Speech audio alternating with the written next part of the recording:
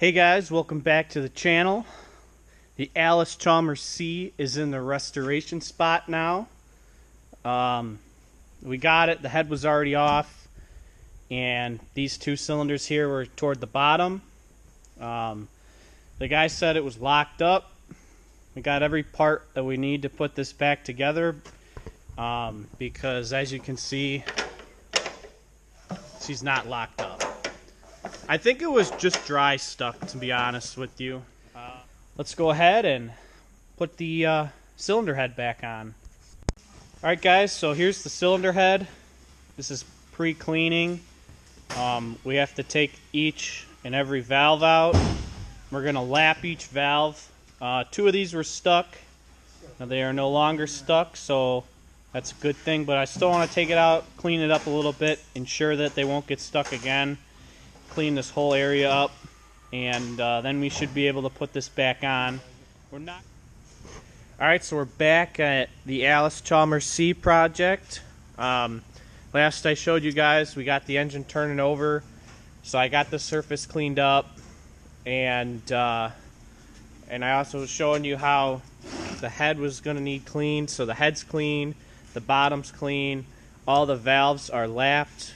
Like to do that no matter what happens. They're all free, so everyone moves. They all look good.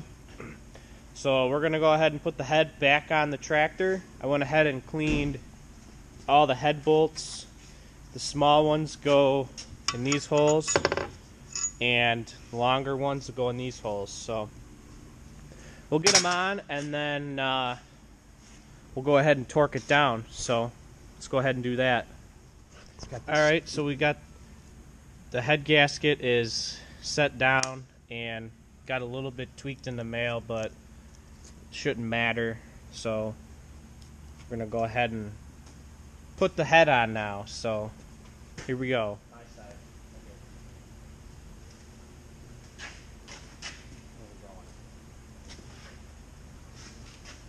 Go ahead and set this down.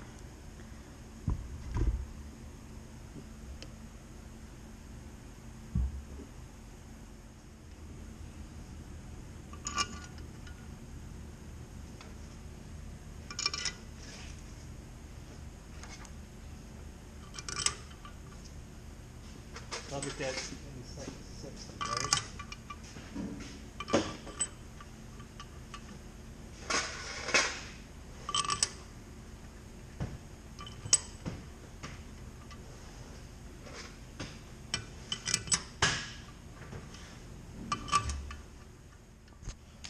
Okay, now we got the head set on. I'm going to go ahead and just kind of tighten every bolt down a little bit snug. I'm not going to torque it too tight. I'm just going to kind of go a little snug.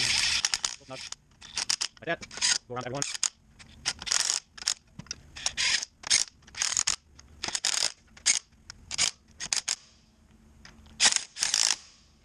Okay. Alright, so we're going to tighten down the head bolts to 60 foot-pounds, and kind of a different pattern. We're going to go here, here, here, here, here, here, and so on. So we'll start up here, and we're already set to 60 foot-pounds.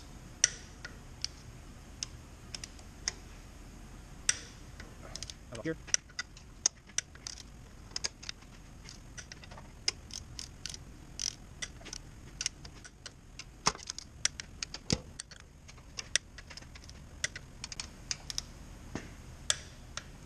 Alright, now I'm going to go and do everything again, make sure it's all set at 60.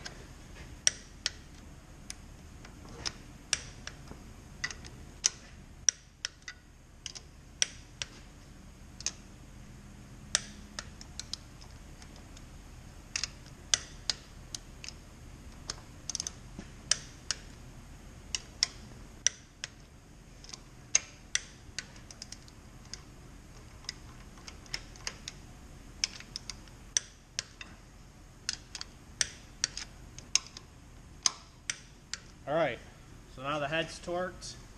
Now the next step we're going to do is put the push rods and the rocker shaft on. So go ahead and get everything cleaned up and get ready to put it on. Alright, so we're going to install the push rods, and the guy who took this apart nicely put the order that they came out of the engine. So he's got the front push rod to the back, so we're going to go ahead and start. I already cleaned these, and the key is to get them seated into the lifter. Like, you got to find it and have it seated. That one's seated. So you don't want to have a bent push rod. So we'll go ahead and set all these in.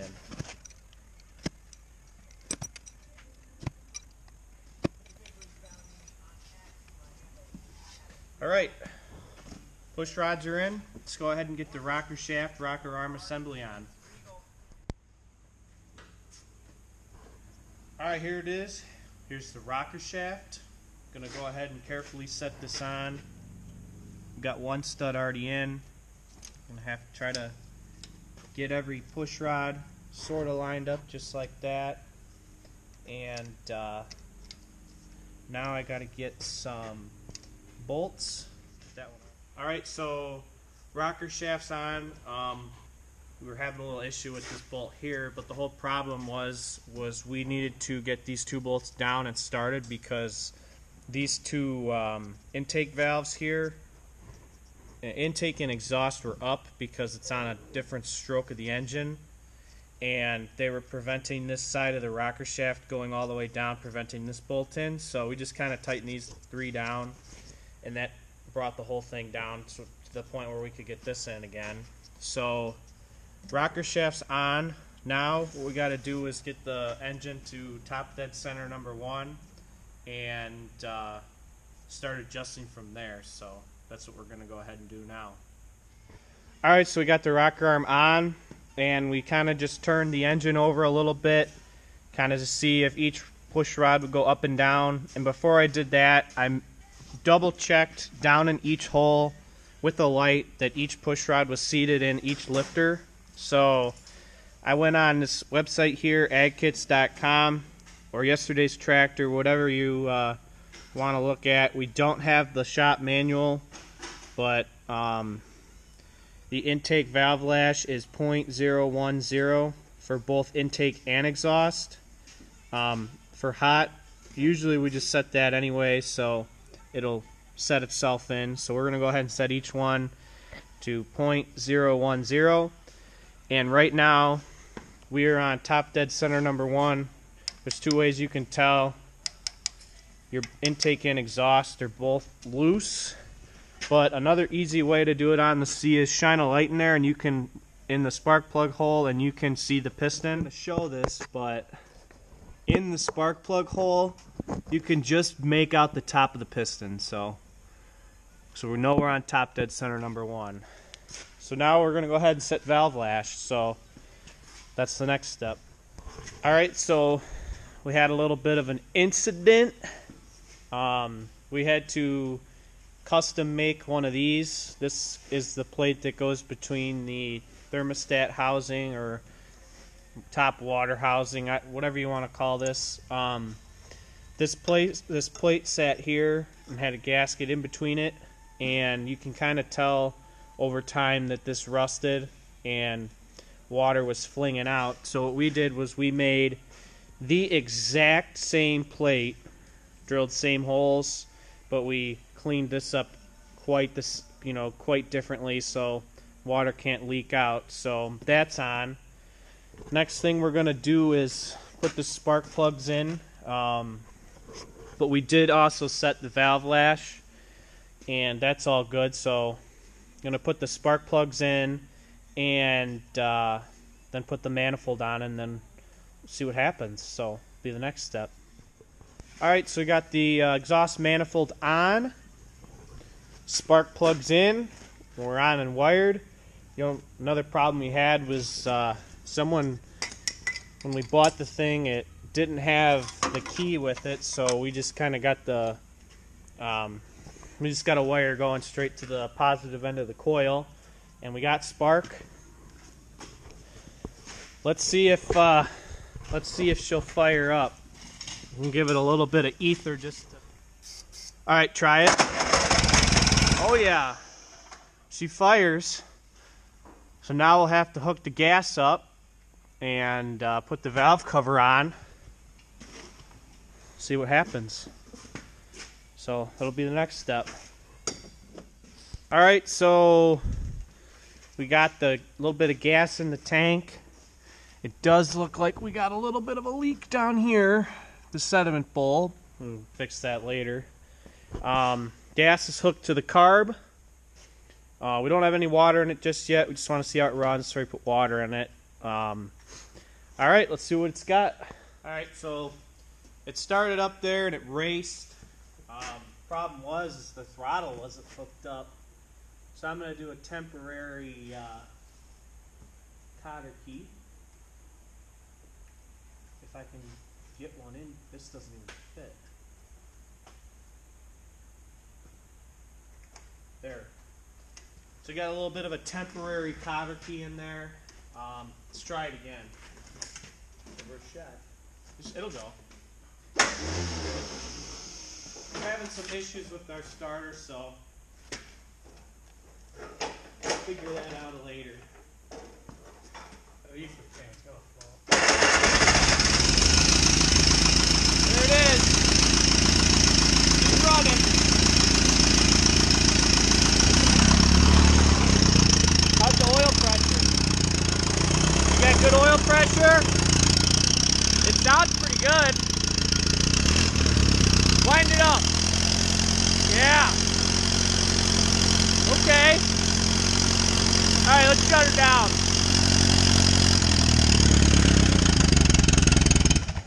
Perfect. Not bad. Good oil pressure. Doesn't sound like it's knocking or anything. Don't want to run it too long. We don't have any water in it, so that'll be what we're going to do next. Definitely going to have to do something about the sediment bowl. It's leaking pretty bad. But we know that the engine runs good. What we are going to do is we obviously changed the engine oil. That was pretty shitty. I had pretty garbage engine oil. We're going to run it hot, and then we're going to drain it again. What we got to do is we got to find a plug for the water pump here. And then we got to put water in it and see if it leaks. And then we'll see if the old girl will go outside today. So let's put some water in it. All right, we're going to take it outside and I'm going to test the gears and kind of just drive it around and see how it works. Get a little warm and see what happens. So let's fire it back up.